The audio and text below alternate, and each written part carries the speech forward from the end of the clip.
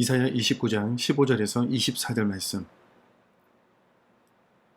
자기의 계획을 여호와께 깊이 숨기려 하는 자들은 화 있을진저 그들의 일을 어두운 데에서 행하며 이르기를 누가 우리를 보랴 누가 우리를 알랴 하니 너희의 패역함이 심하도다. 토기장이를 어찌 진흙같이 여기겠느냐. 지음을 받은 물건이 어찌 자기를 지은 이에게 대하여 이르기를 그가 나를 짓지 아니하였다 하겠으며 빚음을 받은 물건이 자기를 빚은 이에게 대하여 이르기를 그가 총명이 없다 하겠느냐. 오래지 아니하여 레바논이 기름진 밭으로 변하지 아니하겠으며 기름진 밭이 숲으로 여겨지지 아니하겠느냐. 그날에 못 듣는 사람이 책의 말을 들을 것이며 어둡고 캄캄한 데에서 맹인의 눈이 볼 것이며 겸손한 자에게 여호와로 말미암아 기쁨이 더하겠고 사람 중 가난한 자가 이스라엘의 거룩하신 이로 말미암아 즐거워하리니 이는 강포한 자가 소멸되었으며 오만한 자가 그쳤으며 죄악의 기회를 엿보던 자가 다 끊어졌습니다. 그들은 송사로 사람에게 죄를 씌우며 성문에서 판단하는 자를 올무로 잡듯하며 헛된 일로 의인을 억울하게 하느니라. 그러므로 아브라함을 구속하신 여호와께서 야곱 족속에 대하여 이같이 말씀하시되 야곱이 이제는 부끄러워하지 아니하겠고 그의 얼굴이 이제는 창백해지지 아니할 것이며 그의 자손은 내 손이 그 가운데에서 행한 것을 볼 때에 내 이름을 거룩하다 하며 야곱의 거룩한 일을 거룩하다 하며 이스라엘의 하나님을 경외할 것이며 마음이 혼미하던 자들도 총명하게 되며 원망하던 자들도 교훈을 받으리라 하셨느니라. 아멘.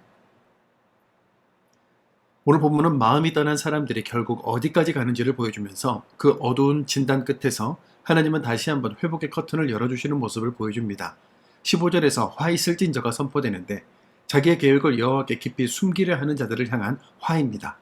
그들의 일을 어두운 데에서 행하면서 말하기를 누가 우리를 보랴 누가 우리를 알랴 하는 거죠.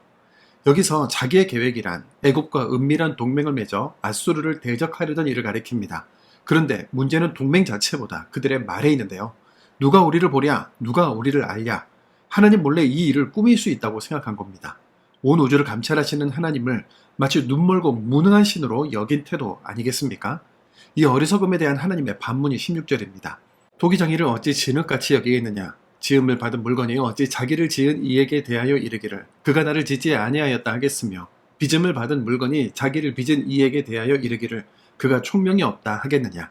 진흙이 토기장이에게 말하기를 당신은 나를 모른다고 하니 이건 주객이 완전히 전도된 것 아닙니까?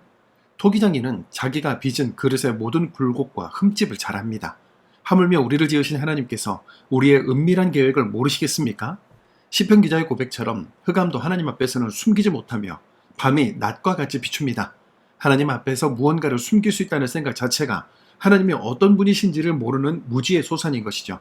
우리도 살펴야 합니다. 사람 앞에서는 경건한데 아무도 보지 않는 곳에서는 다르게 사는 이중성이 있고 누가 보랴는 마음이 스며드는 순간 우리는 이미 하나님을 작은 신으로 축소하고 있는 겁니다. 그런데 17절부터 놀라운 전환이 일어나는데요. 오래지 아니하여 레바논이 기름진 밭으로 변하지 아니하겠으며 심판의 책망 한가운데에서 하나님은 변혁의 날을 약속하십니다. 밀림이 옥토가 되고 옥토가 숲이 되는 대역전의 날, 곧 메시아의 나라가 임하는 날입니다. 그날에 일어날 일이 18절은 이렇게 설명합니다. 그날에 못 듣는 사람이 책의 말을 들을 것이며 어둡고 캄캄한 데에서 맹인의 눈이 볼 것이며 그날에는 못 듣던 사람이 책의 말을 듣게 되고 닫혔던 귀가 열리고 감겼던 눈이 떠집니다. 이 예언은 예수님의 공생에서 1차적으로 성취되었죠. 세례 요한의 제자들에게 예수님이 하신 말씀 그대로입니다. 맹인이 보며 못 듣는 자가 들으며 가난한 자에게 복음이 전파된다 하라. 그리고 궁극적으로는 주님이 다시 오시는 날 온전히 이루어질 것입니다. 그 복된 일에 동참하는 사람이 누구입니까? 19절이 말합니다. 겸손한 자에게 여호와로 말미암아 기쁨이 더하겠고 사람 중 가난한 자가 이스라엘의 거룩하신 이로 말미암아 즐거워하리니. 겸손한 자와 가난한 자, 곧 오직 하나님께만 소망을 두고 그분을 의지하는 남은 자들을 가리킵니다. 누가 우리를 보랴 하는 교만한 자들이 아니라 하나님 앞에 자신을 낮추는 사람들이 그날의 기쁨을 누린다는 것, 이것이 복음입니다. 그리고 22절부터 오늘 본문의 가장 따뜻한 대목이 등장하는데요. 하나님은 자신을 아브라함을 구속하신 여호와라고 소개하십니다. 우상의 땅 갈대아 우르에서 아브라함을 불러내신 그 하나님이 지금 야곱 족속에게 말씀하시는 겁니다. 왜 이 호칭을 쓰셨을까요? 회복의 근거가 백성들의 자격에 있는 것이 아니라 아브라함과 맺으신 언약, 곧 하나님의 신실하심에 있음을 밝히시기 위해서입니다.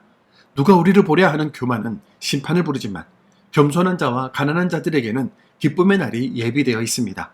그리고 그날에는 혼미하던 자도 총명하게 되고 원망하던 자도 교훈을 받습니다. 우리 시대에도 이런 역사가 일어나기를 기도합니다.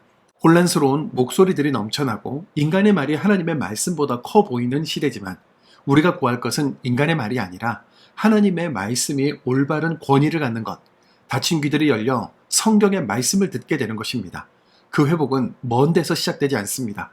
오늘 내가 토기장이 앞에 진흙임을 인정하는 겸손에서 시작되고 숨길 수 있다는 착각을 내려놓고 모든 것을 아시는 하나님 앞에 정직하게 서는 것에서 시작됩니다. 혼미함이 총명으로, 원망이 배움으로 바뀌는 그 은혜가 오늘 우리 모두에게 임하기를 간절히 바랍니다. 토기장이 되신 하나님 아버지, 누가 우리를 보랴 하며 어두운 데서 일을 꾸미던 그 어리석음이 우리 안에도 있음을 고백합니다. 진흙이 토기장이를 가르치려 했던 교만을 내려놓고 저희를 지으시고 저희의 모든 것을 아시는 주님 앞에 정직하게 서기를 원합니다. 주님, 회복의 날을 약속하시니 감사합니다. 못 듣던 귀가 책의 말씀을 듣고 어둡던 눈이 밝히 보게 되는 그날, 혼미하던 자가 총명하게 되고 원망하던 자가 교훈을 받는 그날을 소망합니다. 저희를 겸손한 자, 가난한 자의 자리에 세워주옵소서.